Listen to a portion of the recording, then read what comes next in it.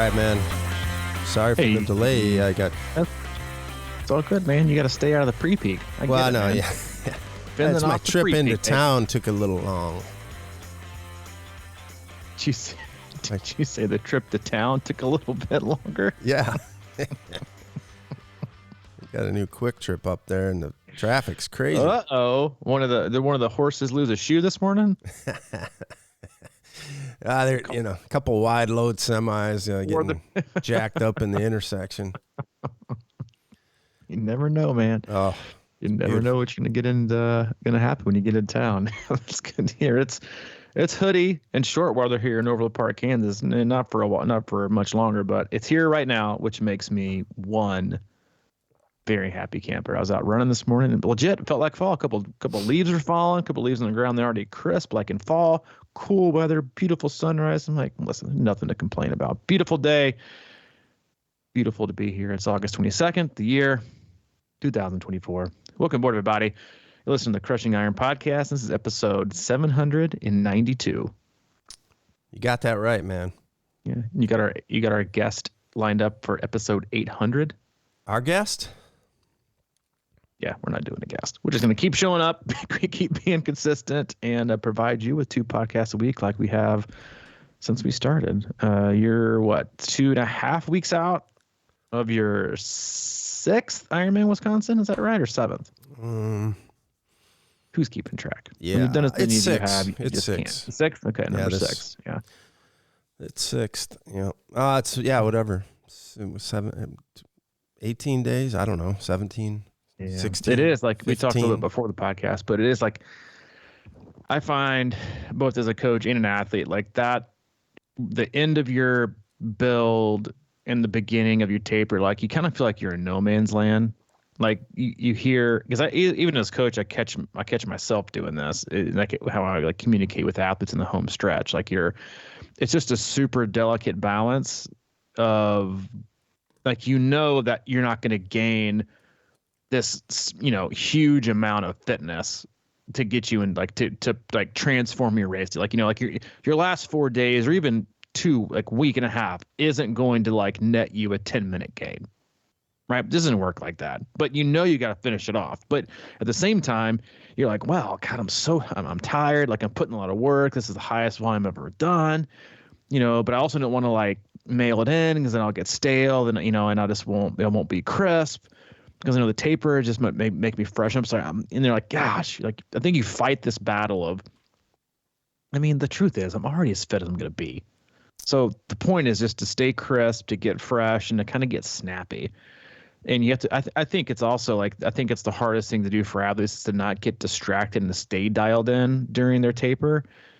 And then again, like some athletes do really great with like a long taper, not many, but some. And then a lot of them do really good with like a shorter taper, or you do kind of like you taper them real big, like, 3 weeks out, like, where you're at. And if there's tons of fatigue, then sometimes I'll just like unload pretty big, get them like super fresh.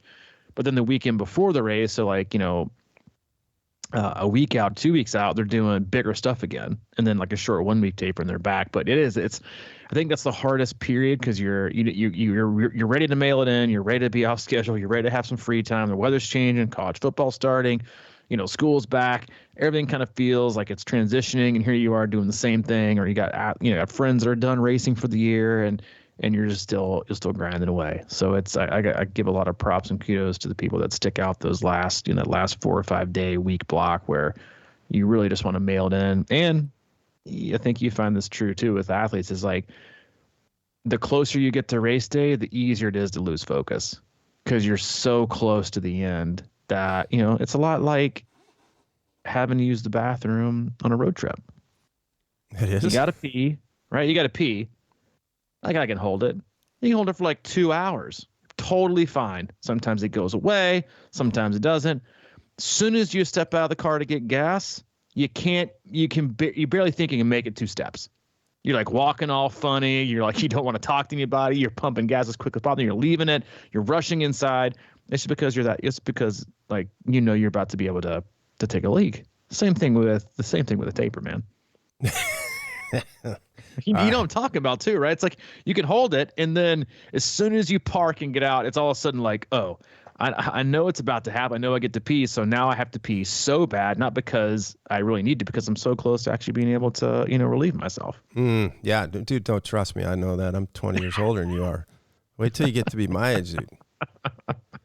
You're gonna have to come up with some creative solutions. I know, dude. I'm dreading that. George Costanza knows where every bathroom in New York is.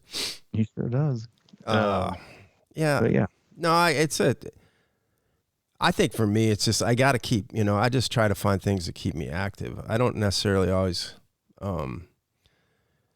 Like I'll give myself an out on workouts if I feel like I'm going over into a weird.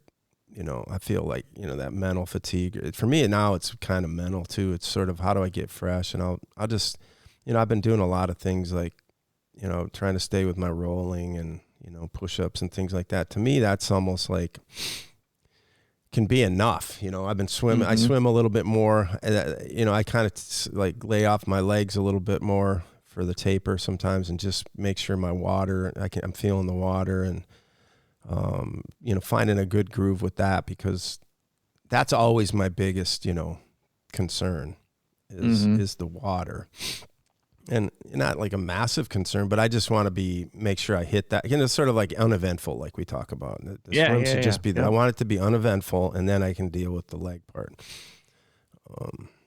And I feel comfortable cycling. So you're just trying to stay, you're ready to be primed. Right, you're not overdoing it. You're just trying to stay, you're trying to keep your matchbox open, not totally closed, but also not striking the match. So it's a good place to be in. You've done enough of these too to know what you need each day too to kind of stay sharp and keep things where they're at, but also not dig a hole. Yeah, and plus, man, swimming, as we've talked about many times, it's translating to the run and the bike too. So. Mm-hmm. And my fitness, and as long as I'm not overdoing it, I think it's a pretty solid plan. It's kind of active recovery for the legs and things like that. Mm-hmm. So, love it. I think a lot of people are in that spot. They're Wisconsin, Maryland, Chattanooga, Arizona, Nice, Florida. I mean, there's a lot rolling in, and we just had a lot. We got 70.3s, or Wisconsin 70.3, Santa Cruz, Michigan. You get a lot in September, but we were talking about before the podcast, every time you do races as a coach, athletes really want, not all, but a lot of them want like an analysis, right? Of what we think of the performance, where we think areas can be improved on. And we've talked about this generally, I think, in the past, more so about the lead up and just how you structure training. But I just had this happen with quite a few athletes after Louisville is, some athletes really, they just really want you, the coach, to tell them they did a good job or what we thought of their performance. And sometimes I think they're just looking for kind of a pat on the back or a kick in the ass, or they're looking for affirmation, or they're looking for validation, or that their assumption about how the day unfolded was correct or incorrect. And we talk a lot about, because this is especially true with triathletes, right? Every app that's out there or training software, that's provided, like when they offer things and they add things to it, it's all about data, right? Integrating this, integrating that, integrating this, more things to see. There's, now 976 things to see on your dashboard. And there's, you get somebody to plug in fuel in, and all of a sudden it takes up, 17 different screens just to see 1 week. It's information overload.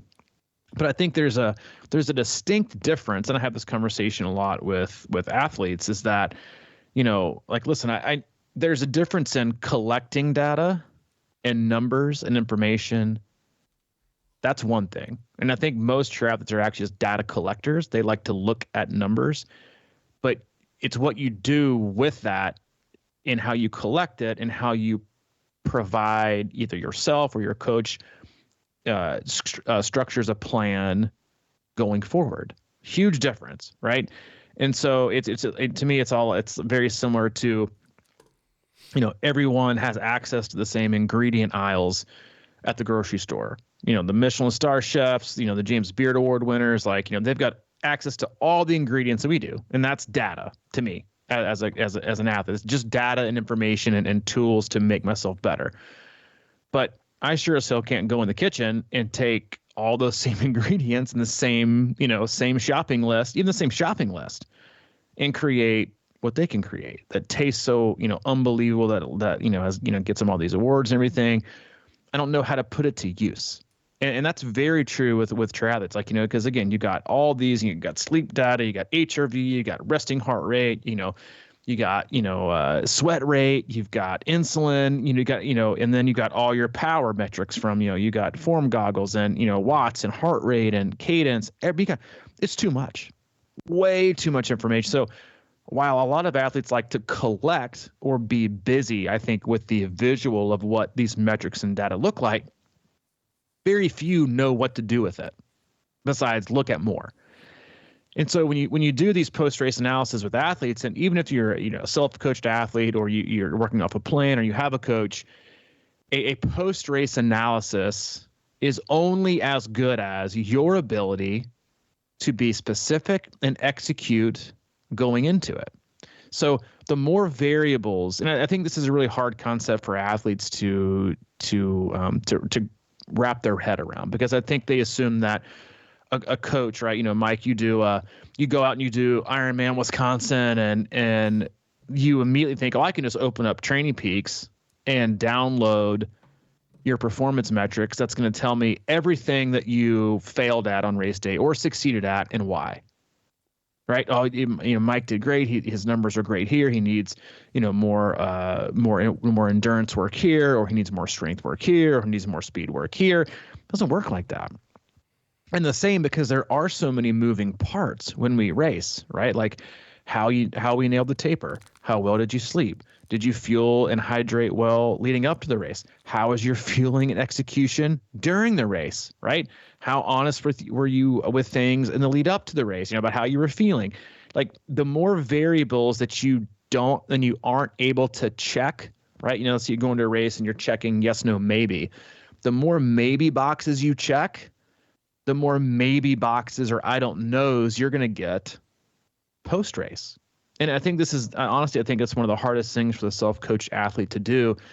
And the reason why you see so many athletes continue to have very similar times or get worse or continually find frustration is they go into a race with assumptions, and then they do a post-race analysis based on absolutes.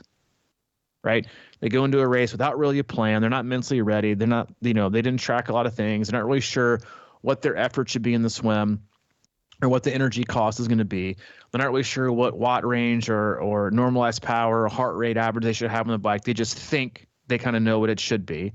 And then they think and assume this is how many calories and how much fluid and how much sodium or electrolytes I should consume on the bike, right?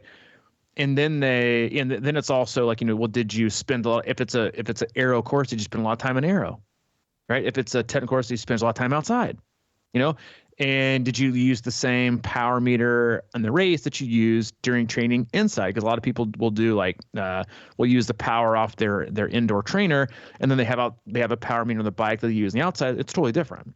And then get on the run. How did you fuel? What shoes were you wearing? And then again, going back to fueling on the bike, how did you pace it?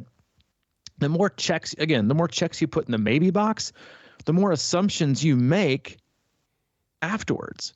And I think that's just it never gets talked about a lot when it comes to the post-race analysis, that people just assume. People always go back to the training, right? I didn't have the run legs in me today. I don't know what it is. Okay, if you have the run legs, great. Maybe sometimes you had to run legs and not cardio. Sometimes you have the cardio and not the run legs. Sometimes, again, so the more consistent you are as an athlete, and again, that's also a huge piece of it, right? The more consistent you are as an athlete in your training leading up to a race, the more predictable you can be, because you have a bigger data set as a coach, right? You've ridden 3 or 4 times a week and you barely missed one. You nailed all your long rides. You did them all outside, so we pretty much know how your body's going to respond. And if it doesn't, then it's easier to triage how it went wrong. If you're a sporadic and an inconsistent athlete and you're just kind of doing things here and there, right? You're not really training, right, in a periodized or specific way. You're just kind of randomly doing workouts or exercising. it's a lot harder to predict as a coach how you should perform and what metrics you should use to execute a great race day. But it also makes the post-race analysis even quicker because you don't have that data set, right? It's like if I was going to go out and print I wanted to publish a scientific research paper, and I said, well, all right, well, I've got these 2 papers that I want to be peer reviewed to be published. All right, I'll hand in the 2. All right, well, here's one. I've got 6 athletes. And they worked out on average between 1 day a week to 6 days a week for the last 6 months. And here were their improvements or non-improvements, right? I consider that like it's the cable guy way of training. I'll show up between 8 a.m. and 8 p.m. Just hang tight, right? There's no specific, there's no rhyme or reason. Just I'll be there when I'll be there. And then the other one is, here's a sample group of 60 people that worked out every single day, did the same exact training for 6 months. They would immediately reject the first one because there's not enough actionable information in there to be correct, no matter what you gain from it or you thought you gained from it. The second one, they'd be like, sure, we can, go forward with this based on, a certain specific criteria. Same thing goes with like the post-race analysis. And I think that's, again, like if you're really trying to, with the amount of time and the amount of money and the sacrifices we make for this sport in the name of getting fitter, getting, obviously being happier, being healthier, getting fitter, seeing improvements, right? Whether you have a coach or not, you're buying a bike, you're buying gear, you're doing this, you're spending your time and you're, doing all these other kind of things, time consuming things, right? Taking time away from your life. Then especially in the lead up to the race, you have to take the time, energy to be dialed in, or you're just guessing. And so if you're going to guess leading into a race and guess during it, then all you're going to do afterwards is guess again. And that's why athletes repeatedly have these plateaued, stuck, stale, or regression type years, because they all they do is guess and it's like swinging at a piñata. They hope that what comes out is a Reese's peanut butter cup and not black licorice. But if you have a plan going in, well, no blindfold, a piñata full of Reese's, one swing, and you're having a good day. All right. Yeah, I'm feeling it today. Sorry. What's that? I said I'm feeling it today. Sorry. Yeah, that's good. I just sit here and think, like, when you're talking about that kind of stuff, because I know, some people will have a really good day out there and then think they didn't have a good day too, or they will, train very well and then for whatever reason can't put it together. Like I'll see, and I know you can, whatever it is, maybe 3, 4, or 5 weeks out from a race, you see, and you're like, all right, they're ready. Something's there. They nailed, like you're saying, they're nailing their long rides, and then they're having a good run on the next day or whatever it is, the long swim on Friday, putting it all together. They're right in there. So what happens? And I think that there's one thing I'm always real cautious of is I want to feel the best I can feel all year, right, on race day. I've said that a million times, but right. I also don't want to get fooled by that.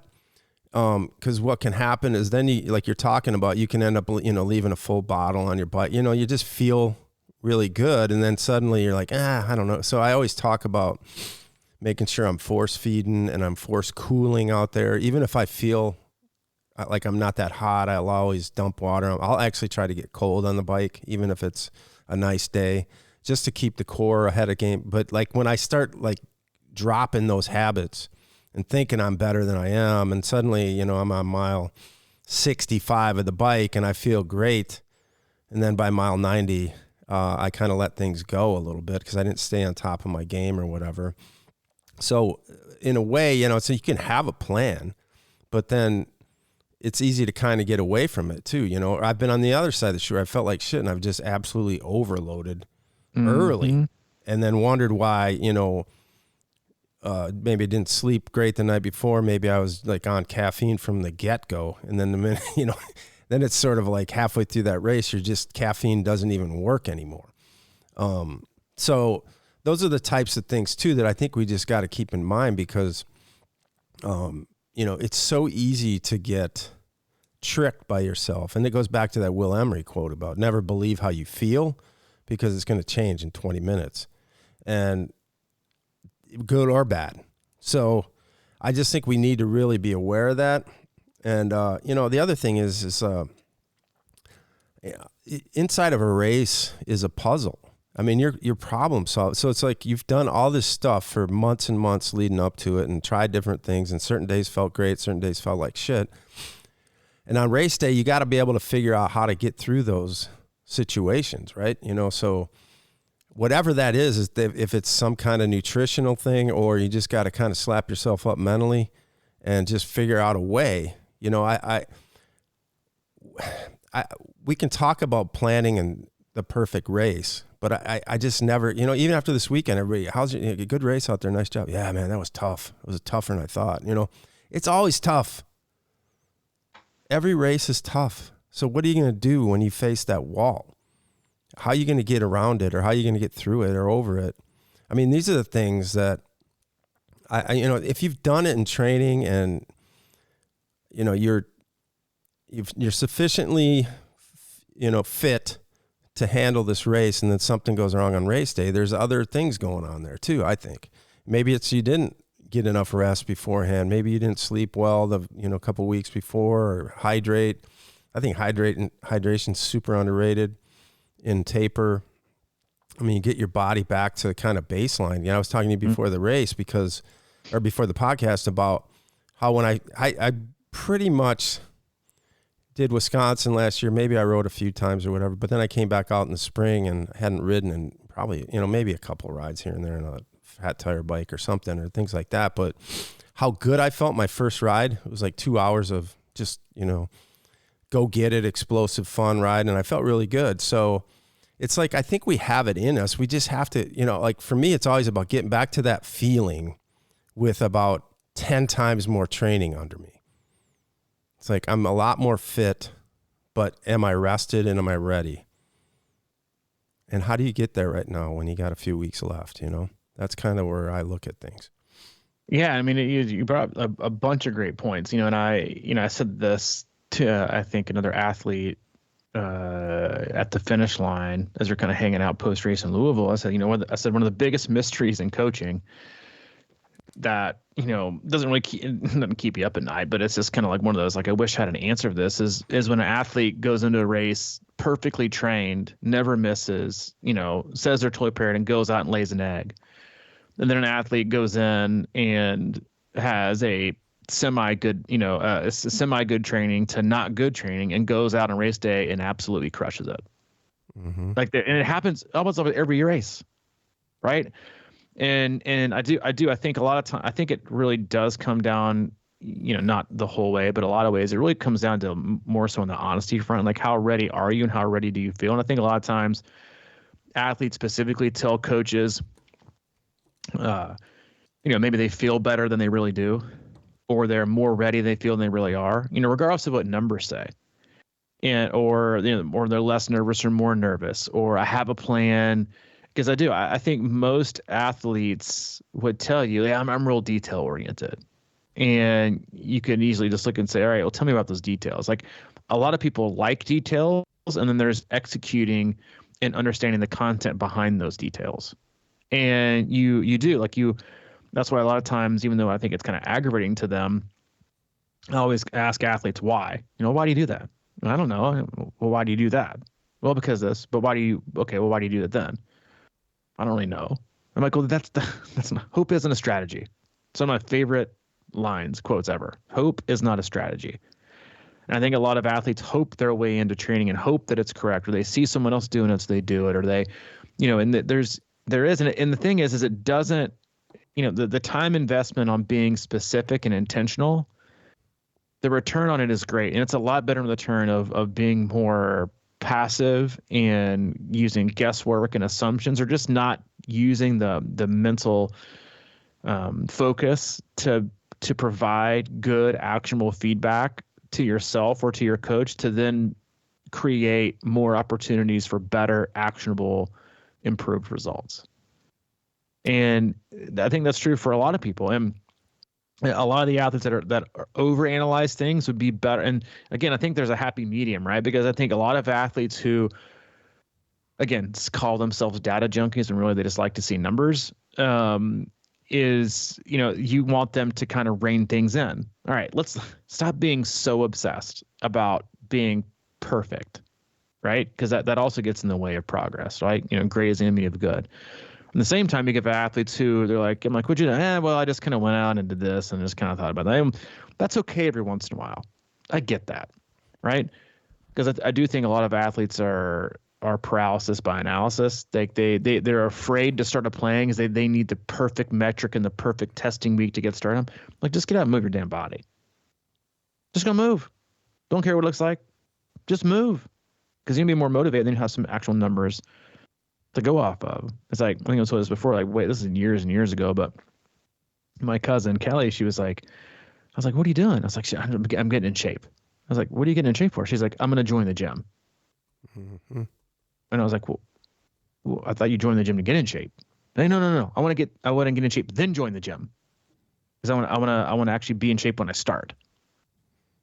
Like, all right, it's not a bad way to look at it. It's like, I was like, that didn't make a lot of sense to me back then. But when it comes to training and getting started and doing things, like sometimes just people get, I can't just work out perfectly, so I'm not going to do it. Right? I can only get in the first 2,000 of my swim of 3,400, so I'm not going to do it. And I think that's like, something that people don't recognize enough is that, doing the work is one thing. And that honestly is like 90% of the battle. Right. One of my favorite quotes is and I do have a lot of athletes. I think every coach has this, like, that they major in the minors. They really want to spend an enormous amount of time in the minors, right? The things that barely matter and only matter once you've done all the major things right.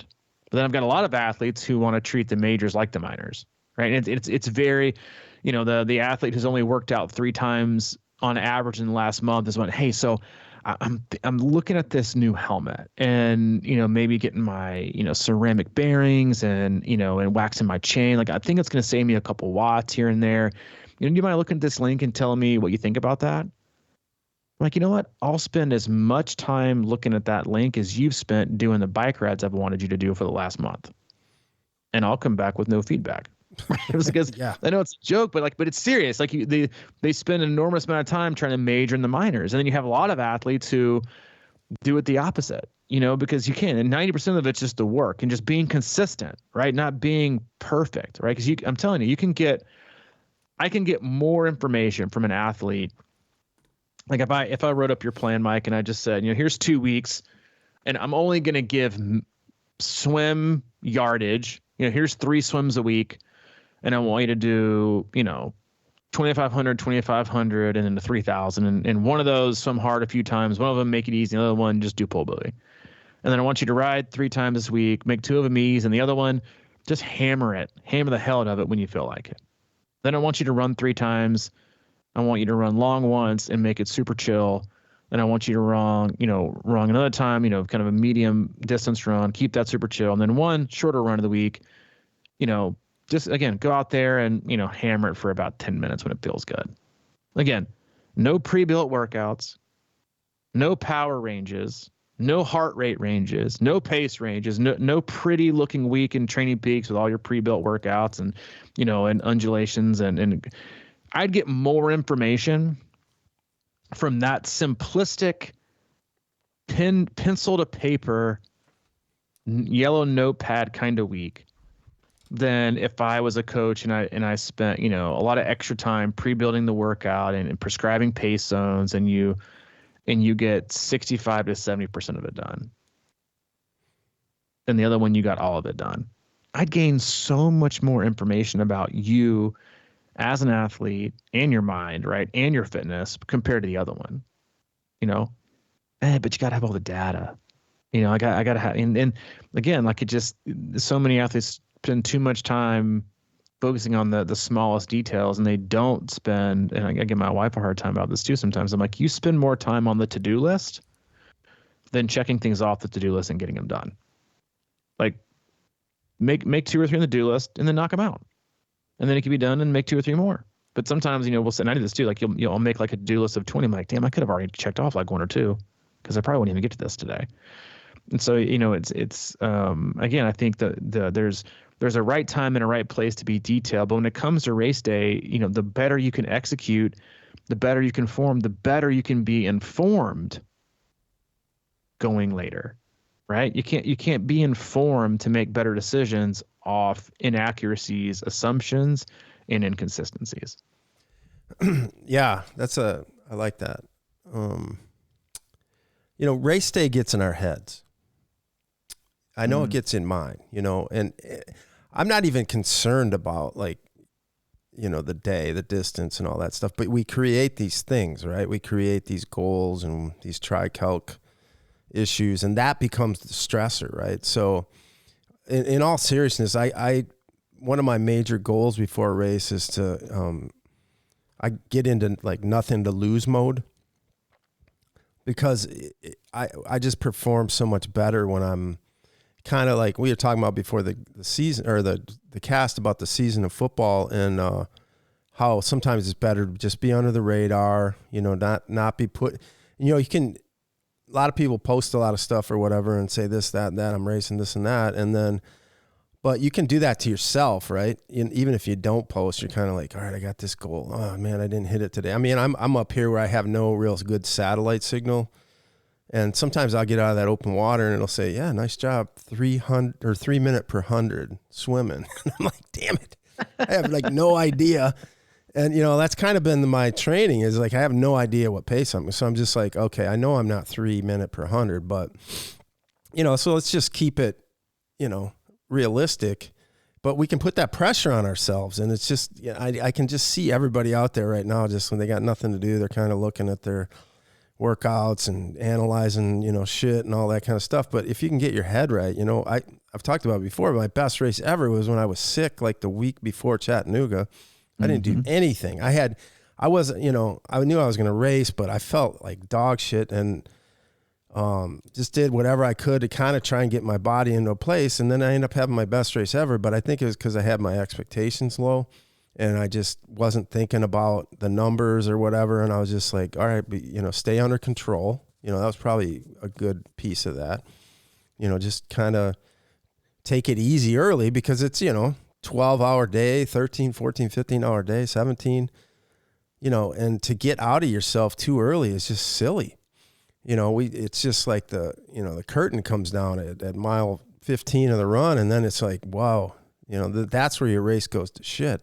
So, give yourself a break early and really try to keep yourself out of that curtain call as long as possible. That's just, I just think we put there's so much self-imposed pressure, and that's, we sit here and watch elite athletes and what they do, and I got, I watch this stuff too. And, some of these elite athletes, they have like these magnet beds, and, they have their temperature controlled mattresses and nutritionists, and they're doing blood work all the time and all that stuff. That's their job. We've got regular lives with other stressors all over the place, and all that, they're just focused on recovery and getting their mind straight and being able to handle pressure of knowing that they have to go whatever in a full like 8 hours or something like that. And I just think that there's a difference there. I think it's important to get our mindset in a place where we're, I think we had a podcast called Aiming Low or something like that. And I think that there's a lot of power in that. That doesn't mean you have to hit low, but if you're going into it, especially with endurance races, it's not like, the 50 free in the Olympics. You got to be like, everything has to be dialed in all the way. I mean, you've got, half a day to be out there doing stuff. So if you can get your head in the right place, and, it's that tortoise hare thing, and just kind of be comfortable with that as long as possible, then you can hopefully turn it on a little bit at the end and have a good race. I think that's the thing, is like, we get in these races sometimes, and I've done it where I've actually been having a good race and thinking that I'm having a shitty race. And as it turns out, I mean, the big picture of everything, I think we just kind of lose sight of that. And it's just sort of like, I feel terrible, so this is not a good race. No, you're going to probably feel terrible most of the time out there on the run. But that doesn't mean you're having a bad race. Yeah, I mean, and it does. And sometimes it's just, you just can't explain it. Sometimes you just can't explain it. I mean, as much as you want to, be able to say with certainty, this lack of energy or lack of power was related to this. Mm-hmm. You really, really, I mean, if he was able to do that, everybody's race would be perfect, right? It's just really, really challenging to do that. And you can't do it perfectly either.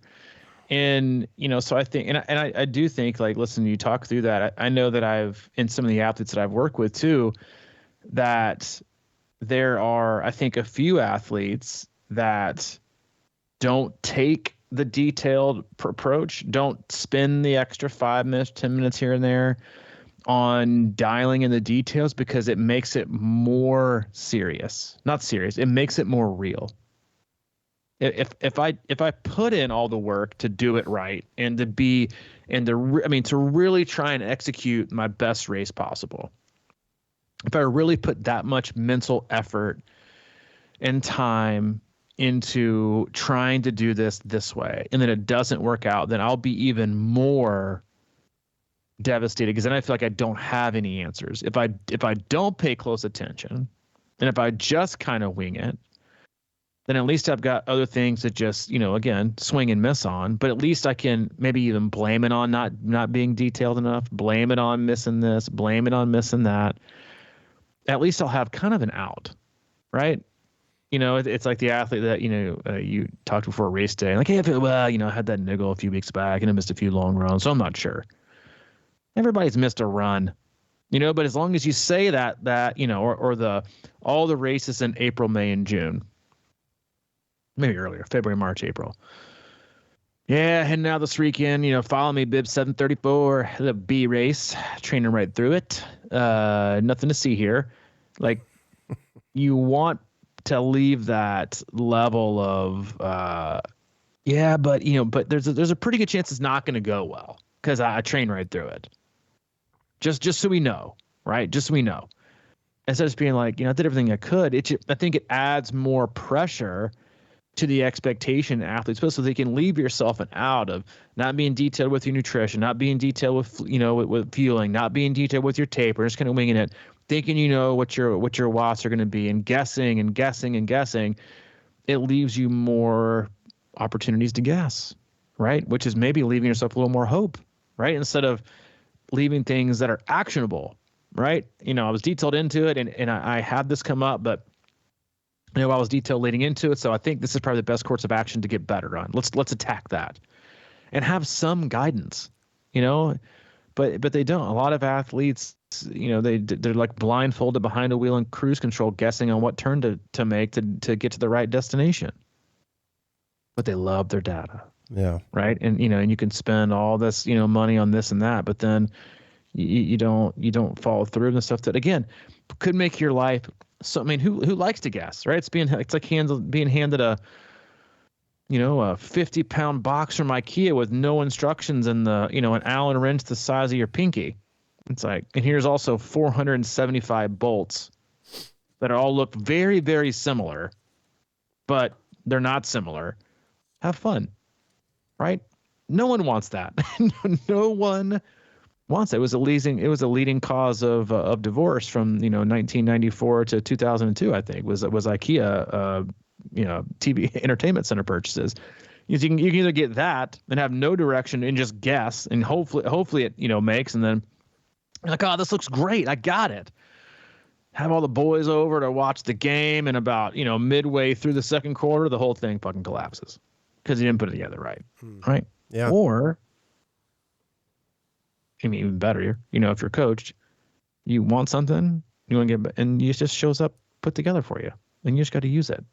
And so, like, if you think about the headaches or lack of headaches with that, it's just, there's so much to be gained and to make your life easier, right, by actually spending a little bit of time to be detailed. And I think, most athletes could go a lot farther by just putting a little bit of extra detail in some of those areas.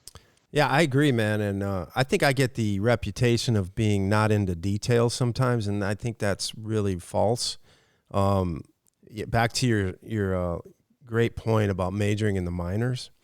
That's just kind of where I hang my hat. And by the way, that's my mom's favorite band of all time is Dave Major and the Minors. So I need to throw that in. That just made me laugh. The girl, Ann. But But seriously, the details, right? The things that matter. And I talked about it earlier. I just said, for me, a major detail is feeling good in the water. That doesn't mean I'm doing, like prescribed workouts up and down the block. I'm just trying to get comfortable in the water. And I've talked about that before, where I felt really nervous about the first full Louisville. That was my first non-wetsuit full. Granted, it was mostly downstream, but I was still really, really worried about it. So I swam a lot beforehand, and I just was dialing in little details about my stroke and how I felt and all these types of things.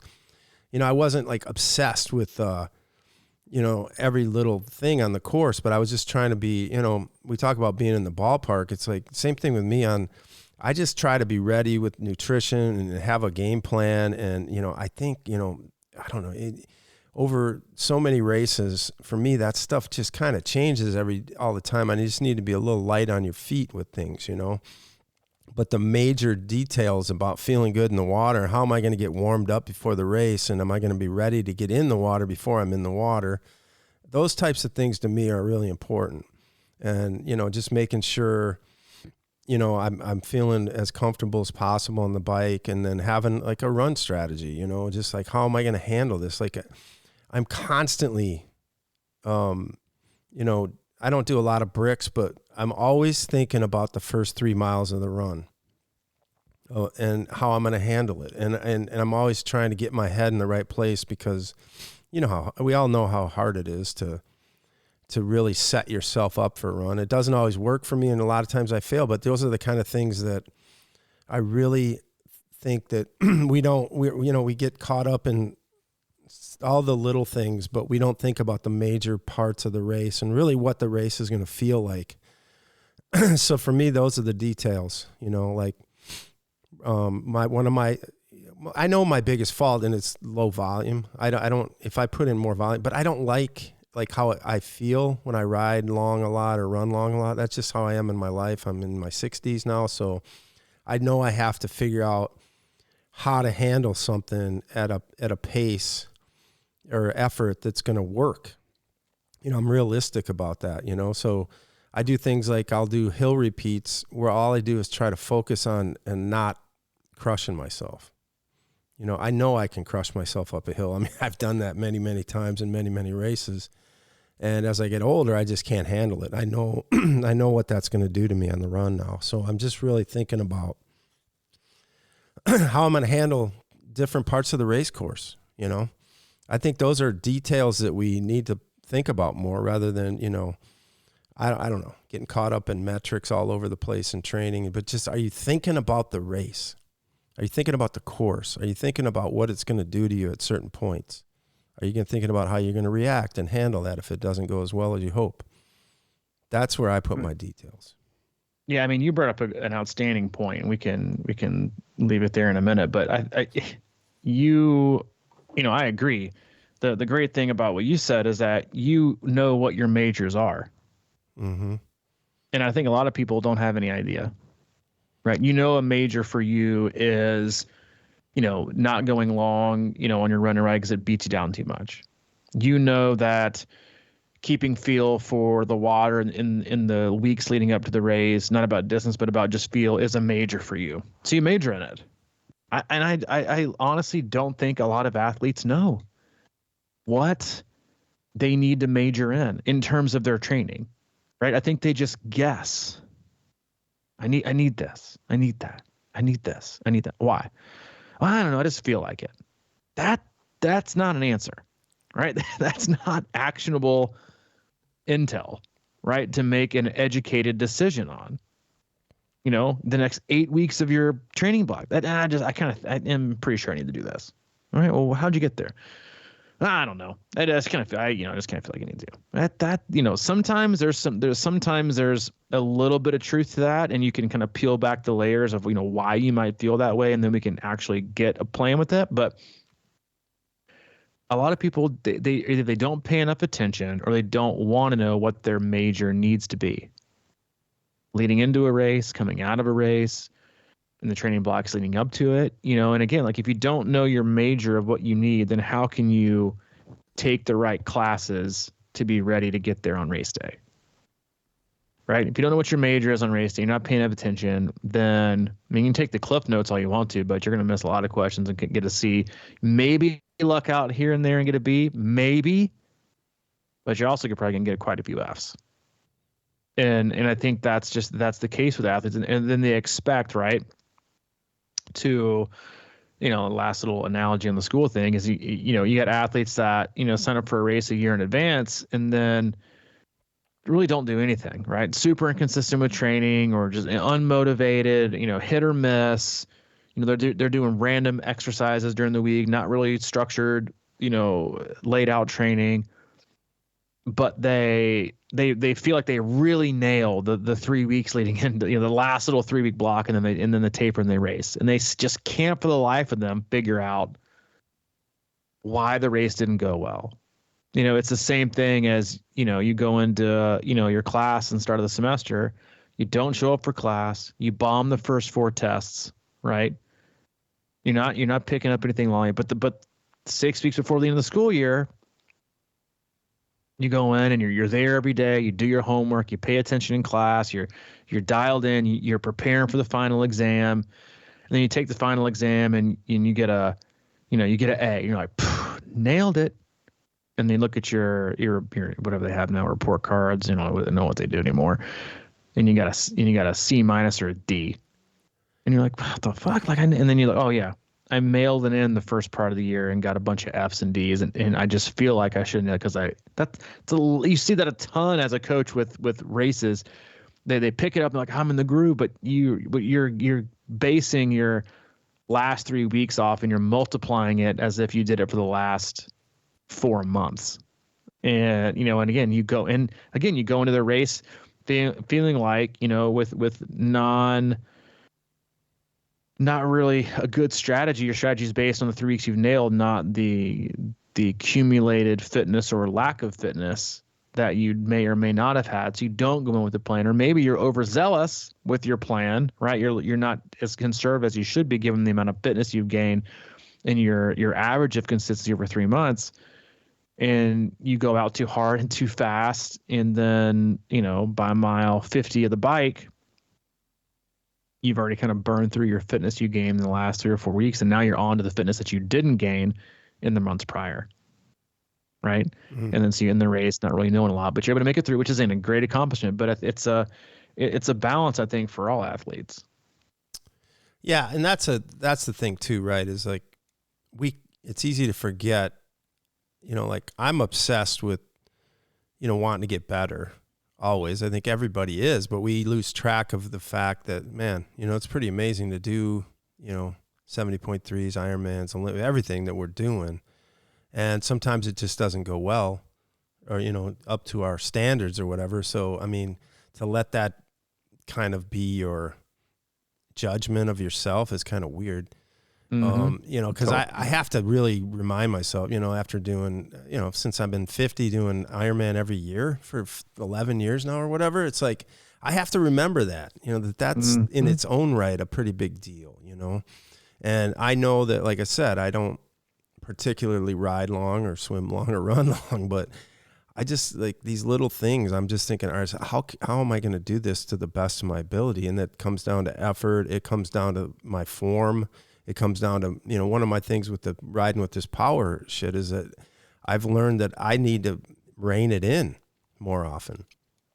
That's my major, on the bike is like, I just love to, I just have a tendency to go out and push too hard in the wrong times, so I'm trying to figure out what are the right times and to actually, because I know my legs will, I'm pretty sure my legs will be fine. It's usually my butt and my arms and shoulders and neck and all that kind of stuff. And it's going to suck. I know I can get through it. I can get through some of these 2-loop rides that are about 80 miles, there's still 30 miles to go, but I haven't done that, but I'm pretty sure I can do it. And I don't want to do it all the time because I don't like how it feels. So I'll not like how it feels in the race and get it out of the way. But, I've always felt like that. And we talk about it a lot as sort of like, you can do it. You got to get to the place where you can do it. It's just, you got to figure out the way it's going to be the best for you to get it done. You don't have to go out and prove it over and over and over and over and over. The next, whenever that may be, 70.3 or full build, whatever. I think you should try the long ride of 3 hours. And I think you should purchase a saddle to sit on while you work. Who are you talking to me? Talking to you. And get your butt ready and do some butt training. Oh, yeah, butt training. Yeah, I mean. Yeah, get some saddle butt training and sit on it. Maybe spin a little bit while you're doing it, but get saddle. Just sit on it and then see if that's a game changer for you, because you won't have your saddle runners keep sitting there for a couple hours doing training peaks every day, and you're like, man, this is nothing. So do 2 hours of 2.5 hours of just saddle sitting, and then hop on the bike at the trainer for 3 hours, and boom, long ride, baby. Well, I'll talk about what I've been doing. Then you can comment 5 hours in the saddle. Yeah, but I don't really like that. I know you don't. You know what I mean? It's like, I don't think it's good for you necessarily, personally. For me, a long time in the saddle, dude. I don't like what it does to me. But anyway, yeah. So don't get out of your saddle. Screw that, man. I'm out of stretching. You're out of it. All right. Well, there's a lot of downhills that you can get out and stretch and stuff. That's true. I'm not hammering out of my saddle. Just me. Although I do like that too. I don't know. All right. Well, I like that. Wrap it up. Yeah. Don't major in minors. Fairly not busy weekend here on the racing front, but still a lot going on. Some sprints and Olympics. Got a 70.3 over in Europe going on. I think Ironman Canada is this weekend. I think maybe it's next weekend, but just a small little dip in the busyness that is race season. As always, thank you guys for listening. We love you guys. We appreciate you. Go to our website, c26triathlon.com. It is our one-stop shop for all things coaching, camps, and community. It's looking for a coach to help you steer the ship or analyze what's been going wrong or what can be better, whether it's for the remainder of this year or going forward for next year. The time is now. Peruse our website. Try to find the coach that's right for you. If not, just click on the button and we'll help pair you with the right one. And be part of a pretty amazing team as well. We got a few camp options in there as well. Take a peek at those. And as always, if you need anything from Mike, he's available. Mike at c26triathlon.com. If you need anything from me, I'm at Robbie at c26triathlon.com. All right, buddy. I will catch you later. Yep. Have a good weekend, dude. All right, you too. See ya.